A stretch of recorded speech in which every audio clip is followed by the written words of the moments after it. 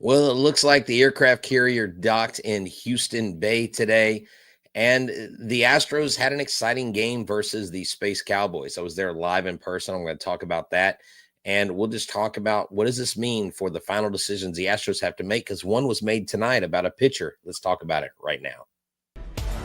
Jainel Diaz, this is Locked On Astros. Hello and welcome to Locked On Astros, your daily Astros podcast. Here are your hosts, Eric the Man Huysman and Brett H-Town Wheelhouse Chancey. We are Locked On Houston Astros, and we hope that you join us for a daily Locked On Astros podcast. You can find us on X at Eric Talk Stros. You can find the show at Locked On Astros. And Brett, where can they find you at? They can find me at H-Town Wheelhouse on X, Instagram, and TikTok, at Stros411 on X, on Facebook, and on Instagram as well. Back to the Bullpen on Instagram, on X, on YouTube, and iHeartRadio. I'm always positive, always Stros. Hey guys, thank you for making Locked On Astros podcast your first listen. Whether it's on YouTube, go ahead, subscribe to us, make it first listen.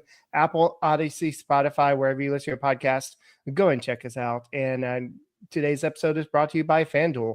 Right now, new customers can get $200 in bonus bets when your first $5 bet wins. So I know a lot of people want to be putting some money down on a certain player to be winning the Rookie of the Year this year because he's seeming pretty confident. And I know Joe Espada's plan was to see how these guys shine in the bright lights. We know a lot of these guys have played at Daikin Park before, but Cam Smith has not, and this was the first time. He said there can never be any bad days at Daikin Park after walking into today, and he looked like he was a kid just living the dream.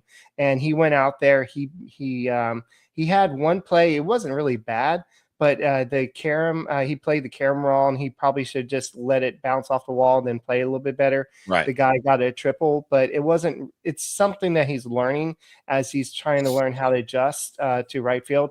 But he also made an impressive catch, and he had a great little triple there. But overall, what the next 3 days, like we've been saying, is that this is a open audition for the final three spots. And Cam Smith put his best foot forward today.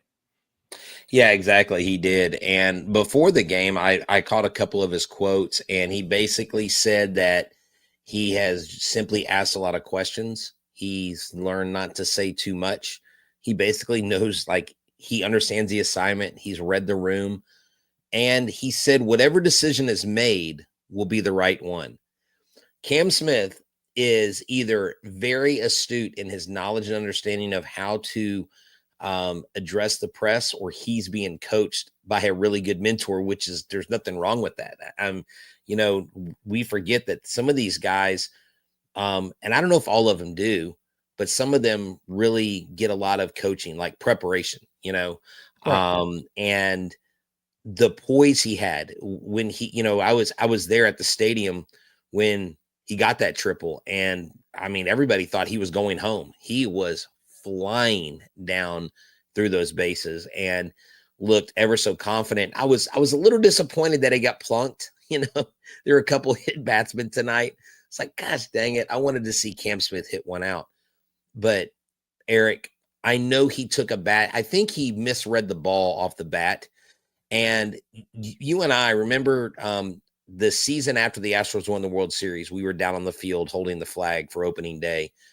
And looking up at the lights and being down on the field, like, guys, it's not that easy. Like, to you and I, it's a fly ball and you should take a good track to the ball every time. That ball had some major spin going out and away. Mm-hmm. And again, that's stuff that he's going to need to get used to. And those are going to be the arguments why the Astros might put him in the minor leagues to start the season, because you also have a guy in left field who doesn't play left field all that great. So with Zach DeCenzo, and I wish Zach DeCenzo put some pop on the ball tonight. He didn't get the results at the plate that I would like him to get, but he was hitting the ball hard, dude. His exit velos were nice, but Cam Smith did shine. He played the part. Did you see how jacked up he was on third base when he got that triple? He was like, he showed emotion. And I'm like, this kid's a big leaguer. Like, he is him. It's not a matter of if, it's just when.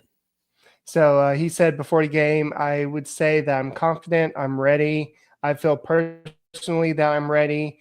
Whatever happens is the right choice. And this was Espada said. He said same thing that he's been showing us for the last 4 or 5 weeks. Same thing with every player who's competing for a spot.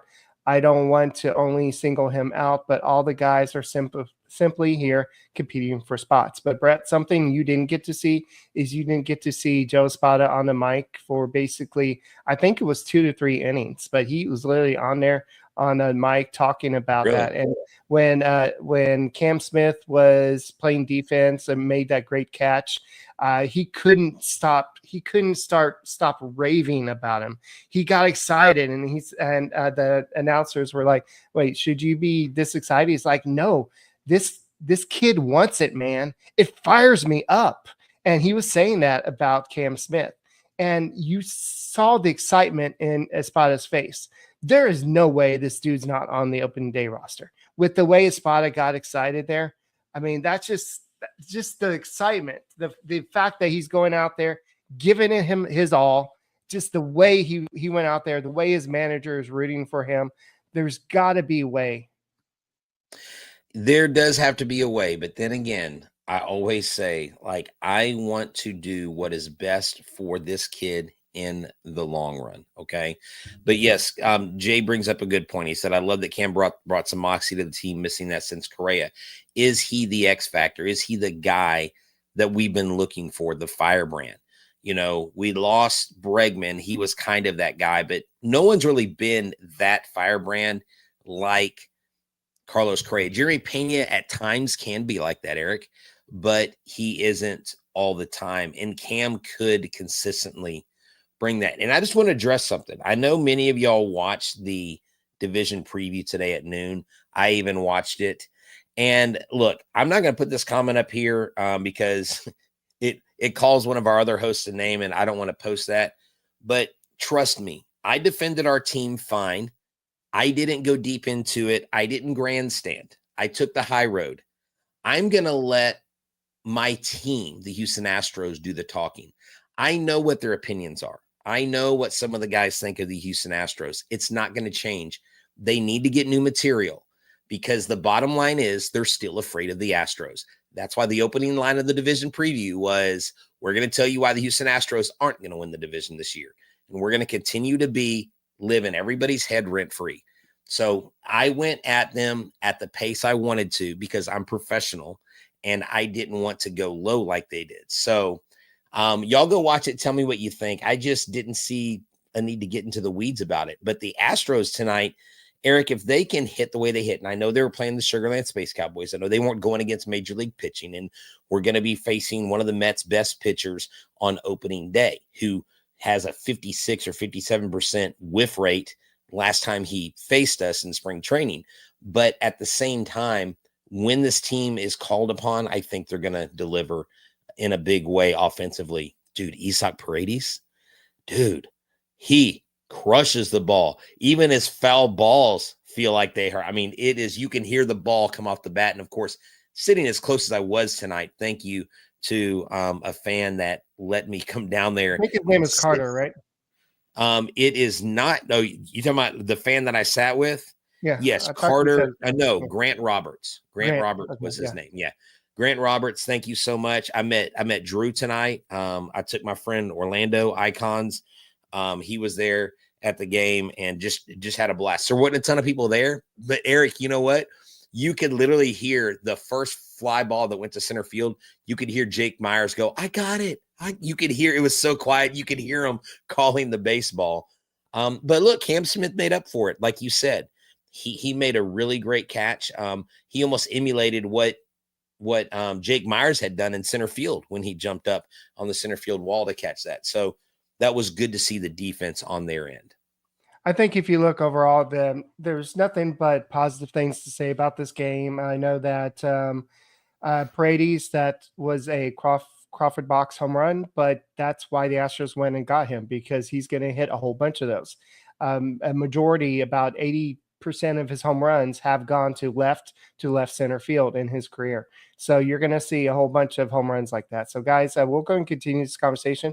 Thank you for making Locked On Astros podcast your first listen. That's right. This episode is brought to you by Just Ingredients. Just Ingredients is here for you. Locked On MLB is the code you use. Check out for 20% off at justingredients.us. Look right here. I've got the pre-workout.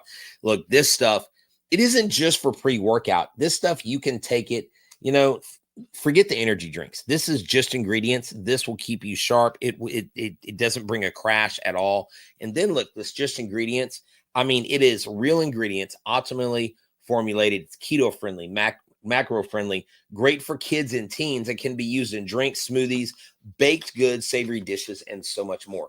So go to justingredients.us and check them out today. Their NSF certified line of protein powder, electrolytes, and pre-workout and creatine are rigorously tested. They're trusted by two-time MVP Bryce Harper, who trusts their NSF certified products. That's right. Clean and transparent ingredients. That's what I love about them. Wholesome, nourishing ingredients and fueling your performance, whether you're recovering from a workout or you need energy, like I said earlier, a boost with their grass-fed whey protein and pre-workout. They deliver real results. So visit justingredients.us and use the code LOCKEDONMLB for 20% off. And for more wellness tips, just follow just.ingredients on Instagram. And this episode is also brought to you by Monarch Money. Look, are you tired of looking at your bank account and wondering where all the money went between dining, online shopping, entertainment, Astros games, Astros gift shop, so much more? Monarch Money comes in to be your personal CFO, giving you full visibility and control over your finances. Monarch Money isn't just a budgeting app. It's a complete financial tool, command center to help you keep track of your accounts, investments, spending in one place. So you can stop managing your money and start building wealth. Surprising insights when you start Monarch. You realize just how much you are spending on food delivery and so much more. All-in-one convenience, juggling multiple apps is done with. Track spending and even make it smoother with your partner as y'all tackle finances together, set goals, and get on the same page without the stress. So take control of your finances with Monarch Money. Use the code LOCKEDONMLB at monarchmoney.com for 50% off your first year. That's monarchmoney.com, code LOCKEDONMLB for half off your first year. Hey guys, thank you for making Locked On Astros podcast your first listen every day. Whether it's on YouTube, go ahead, subscribe to us, make us first listen. Apple, Odyssey, Spotify, wherever you listen to your podcast, go and check us out. And as Brett is saying right now, that was an awesome game. He wants to talk right now about Ronel Blanco and how good he did. Yeah, I thought he did that well too, Brett. So Ronel Blanco went out there. He didn't pitch a shutout by any means. I think he gave up one run, but 4 hits allowed, 10 strikeouts, only 1 walk, and 5 innings pitched. Overall, he looked pretty dominant against, yes, it's AAA hitters. Yes, the Astros aren't known for their prospects, but still, it was a good effort out there. 10 strikeouts is a pretty good effort out there. What did you see from Ronel Blanco sitting behind home plate? I like the 10 strikeouts. He did give up 4 hits, but he only gave up the 1 run. I thought it was a good outing because the last time he went out there, he didn't look great. Mm-hmm. I did like the fact that after he left, I love Quincy Hamilton for the Space Cowboys getting a home run. Love that kid. I interviewed him for our show. But Ronel Blanco is a guy that I think as your number 4 starter really has to come out and have a good year. I'm not looking for him to come out and get a no-hitter his first start. I'm not looking for him to even be a world beater. But if he can win 10 to 13 games on the season, if he can keep games close, if he can keep it competitive to where when the bullpen comes in, they're not scraping and, playing from behind, then that's what you need. Look, he gives up 1 or 2 runs a game, maybe a walk here or there, but you would like to see his strikeout to walk ratio go up this year. And when Ronel Blanco is on, he's on. He's got some of the most, I think, under the radar stuff in the league. And he proved it last year when he threw that no-hitter. I was at that game. It's the first no-hitter I've ever seen in person. And it was amazing. And, we didn't even realize it till about the 6th or 7th inning what was going on. Again, he doesn't have to lock in like that.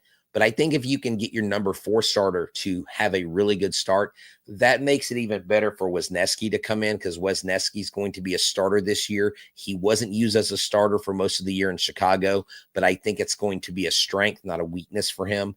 Right. So the Astros have guys 1 through 5 that I think are reliable. I think they're obviously heavy in the top 3, but they're back to guys, if they are on, if they can miss bats and stay in the zone and keep the runners off the base, I think you have a recipe for success.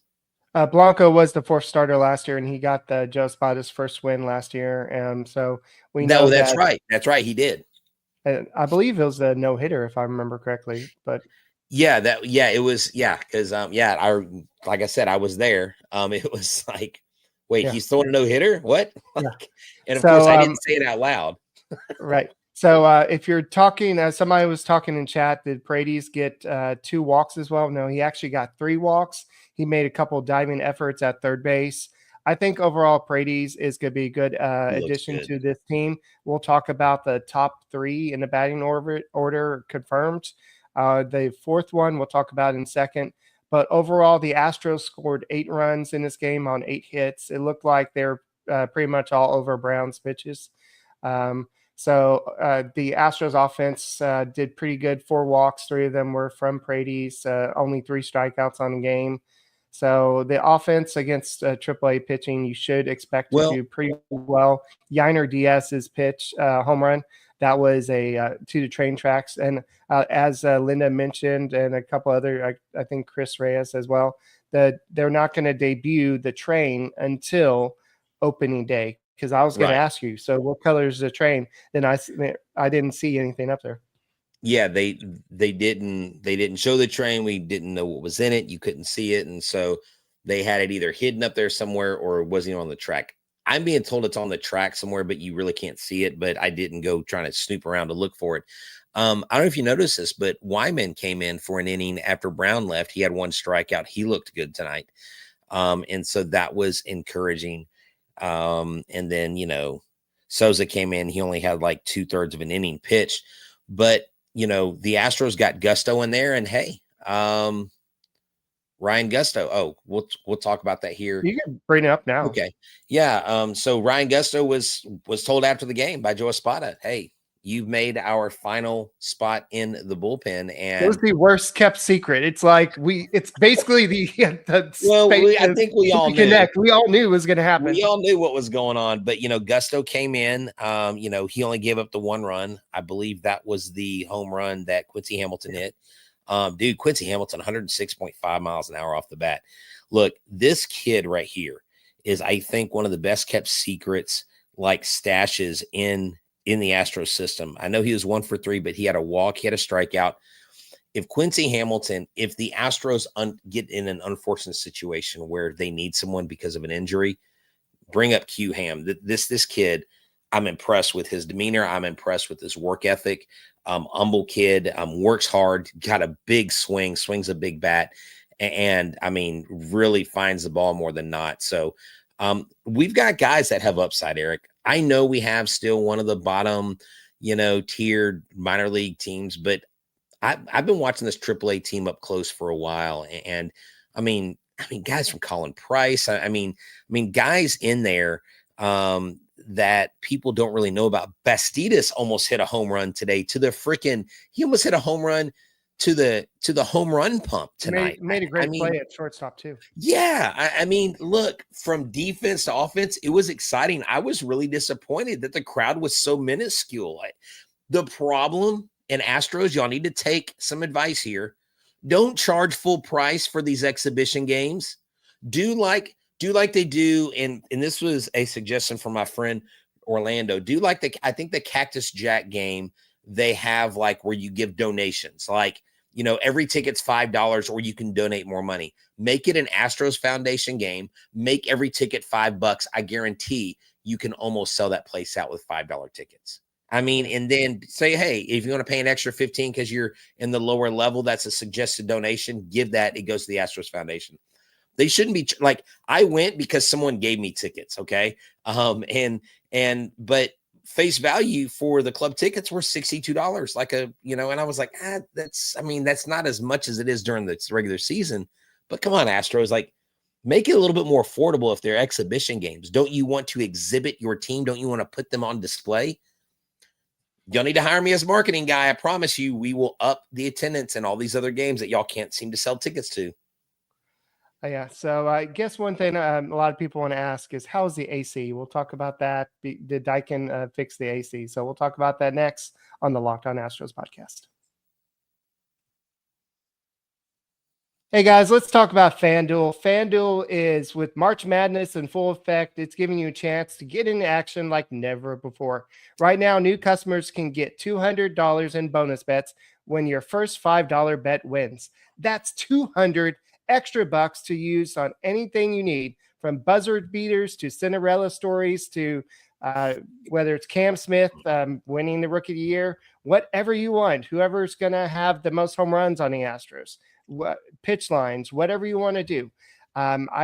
Whatever you want to do with FanDuel, it's all there all season long. So go to FanDuel.com and get in on all the college hoop actions all tournament long.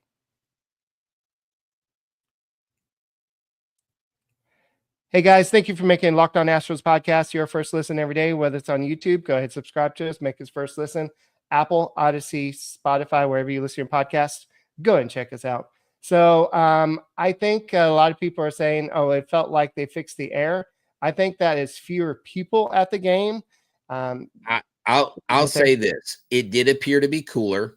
It did appear to be colder, but it's also not 98,000 degrees in the surface of the sun right now. The real test, y'all go to the club section during the season when it's blazing hot, when they've had the roof open for 5 hours the first part of the day and close it. And they're like, got to close it because we got to start cooling this place down. It's just not a recipe for success for it being cool in there. Here's the thing. I think I'm going to start a gasket company, because I'm going to create gaskets that go in between the gaping like spaces they have between where the roof opens and closes. Because when it's closed, well, there's a gap that's like 3 feet wide. If you put two gaskets and overlap them, when that thing closes, you get the escaping air going out. I mean, it's like your dad used to say growing up, we're not trying to AC the whole neighborhood, close the door, boy. I mean, that's literally what's happening, is the air as it's going in is just going out. It's like a big airstream. I'm telling you, if somebody has a gasket company and you want me to give a sales pitch to the Astros, you can find me at chancyedge@gmail.com. I will be your salesman. And I promise you, we will get the Astros at least thinking about it. I can't promise you a sale, but if I get a sale, all I want is 8% of the commission. Only 8%. Okay. I mean, 8%, I could ask for 20 because it's technically my idea and I'm letting somebody else, have most of it. So I'll take 8%. All right. Well, good for you. Lance McCullers threw 1 2/3 innings in a minor league game today. 33 pitches in Florida. Did you just totally discredit my amazing idea as okay? I'm messing with you. All right. So he said it went well. He felt good after the start. And so he's been on a 6-day schedule. So that means that his next start likely would be with the Space Cowboys on Sunday at Constellation Field against Oklahoma City. So if you want to go see Lance McCullers pitch, you can go get tickets for Sunday's game. Luis Garcia will go see a doctor tomorrow to see what's going on with the elbow. Hopefully this is not another step back, but we'll see. I know that we talked about it yesterday. Christian Walker, he did play 6 innings of defense in a minor league game. He took 3 at bats. He had a home run in one of his bats. He played at first base. So everything seems to be okay. He's going to play one more game tomorrow, and then he's going to head back to Houston. Everything should be good to go for him to play on opening day for the Houston Astros. Yeah, and what I think what everybody was questioning until we had heard that report from Aquahara with the Cron is that everybody, and you had actually thought about it because you had retweeted the lineup and you were like, if Christian Walker's on the IL, And I didn't even know he was playing games. I just know that we didn't hear anything about him taking at bats this last weekend. Right. So that's where the pause of concern was. And with him being at first base and being healthy, that is where I think the crunch comes in for the Astros. Who do we start in right field? Do we let DeCenzo come up and let him start? Because they didn't start Chas McCormick tonight. They started Cam Smith. Chas McCormick didn't come in until the 8th inning. Now, Chas McCormick almost hit a home run. He hit the ball hard, hit the ball far, but it didn't go out. But what I'm wondering is this the thing that squeezes Cam Smith out and puts DeCenzo in right field? Or do they see DeCenzo as more of a first baseman, and it puts Cam Smith in right field because they have more trust in him right now than they do Chas McCormick? Chas McCormick being your fourth outfielder. All I know, Eric, is I can think of like 4 or 5 different scenarios, and I don't know which one they're going to pick. I was like outside thinking, well, maybe if they just go, what, this Jose Altuve thing's kind of dumb. Let's move him back to second. Let's just put Zach in left, and let's just put Cam in right and roll with it. I don't know. We just don't know what's going to happen. And right, DeCenzo's not a first baseman, but he plays first base. He's played first base. DeCenzo's played third base. He's played some second base, I believe, in the minor leagues, but not much. Yeah. He's played some outfield. He's played a little here and there. But he's a versatile player. First base, he's played 14 games in 2024. Let's see, in his minor league career, let's look what he's done. First base, second base. So he's played third base for 120 games, second base for 15 games, first base 26 games, left field only 3 games. So there you go. His left field experience is not that much, and you have Altuve out there.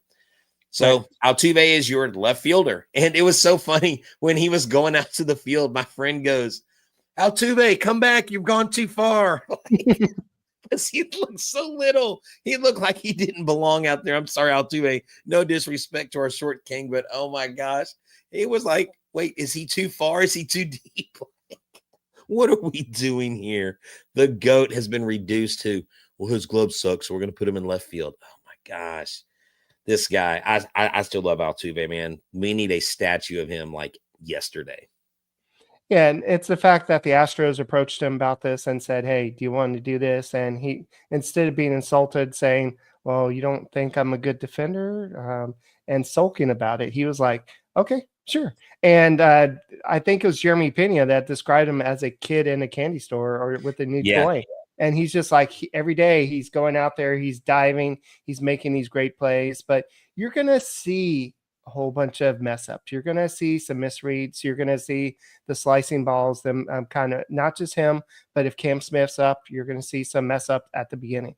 But they're going to learn. These guys are like Cam Smith. He's young. He's athletic. He's going to learn from his mistakes. Jose Altuve, he's going to learn from his mistakes. It's just, you're going to see Jake Myers. He's going to have to go out there and really take control of the game out there, and he's going to have to direct traffic. So good.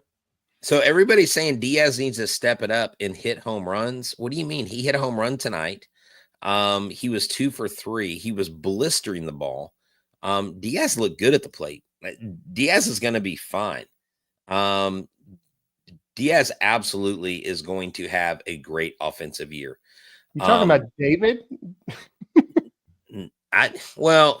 David said something and then someone else said something about Diaz. No, Diaz was killing the ball tonight. I mean, he looked good at the plate. Dude, I just am bummed that we didn't get to see Christian Walker at the plate just mash. I mean, look, dude, hey, I'm calling it right now. Isak Paredes, 30 to 35 home runs easily. This dude absolutely smokes the ball. I mean, just unreal. And dude, watching Josh Hader, I had never sat that close to watch Josh Hader throw. Even his hooks, dude, are so, like, when his spin rate is on, he is so devastating. I think you're going to see Josh Hader have one of his best years in the last 3 or 4 years, Eric. He is motivated this year to come back and really play with to play like a man with his hair on fire. Well, I do have something that all Astros fans will be happy about. Joe Espada, after the game, he's confirmed that he's going with Isaac Paredes in the second spot in the lineup, and Alvarez will be batting third in the lineup. This is confirmed. He listened because Yeah. he kept going, he's got to be second. I'm like, no, Paredes sees so many freaking pitches. He sees As so many evident from the pitches. 3 walks today. Yeah, exactly. So, I love that. I think that's the right move. What, Milo? Sorry, my dog walked in. Yeah, so I What's up, think the Milo? Astros, I don't know if they're going to be the same dominant team that they've been, but I think they're going to get off to a better start than they did last year. I think they're going to be maybe more consistent than they were last year, and we'll see where they finish up. If they play better baseball in April, I think they can continue that throughout the season, and maybe they can win the 92 games. I think you predicted 91 in your little 91 prediction on games are what I X. predicted. Yeah. Yeah. So I think that if Alvarez, I still think that there's still a next level for Alvarez. And once he reaches that next level, I think the Yeah. Astros will reach that next level again. So I know they won the World Series, but anything Yeah, else, hey. Brett? No, here's Milo. Milo, are they going to win the division, buddy? Yeah. Yeah, they're going to win the division. Yep, that's what Milo says. Milo says they're going to win the division. So we're going to win the division. Let's just let our team do the talking. Let's not get into any tiffs with other fans. I'll try to make that commitment in the first month, not to make fun of any fans on X. I don't want receipts pulled on me again. But seriously, I'm excited. I will be there opening day. If y'all are going to be there opening day, let me know. I'll have some stickers and stuff to hand out. I'll have some baseball cards. I'll be doing some trivia questions for baseball cards. That's always fun. And hey, man, let's enjoy watching the game again tomorrow night on TV. Our own broadcasters. I love that. Have the crew back in, Julia, Todd, Jeff Blum, and of course, I think they enjoy the exhibition games because they do get to talk to the coach and the players more, and it's probably a lot of fun for them. So. Yeah, Anyways, Joe Espada stayed on for like 3 innings. It seemed like maybe it was 2.5. It was like he kept on. He was like, "You want me to stay on? You want me to stay on?" They're like, "Yeah, sure." So, and guys, hey, that's all we got for this edition. Yeah.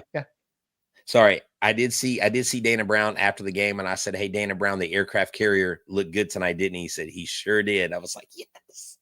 So yeah, Dana loves what he sees from Cam. Guys, that's all we got for this edition of the Locked On Astros podcast. My name is Eric Huysman. He's Brett Chancey, and we will see you tomorrow. And Brett, what do we always say? Go Stros. All right, see y'all. Say bye, Milo. Don't get him. He's gonna start barking.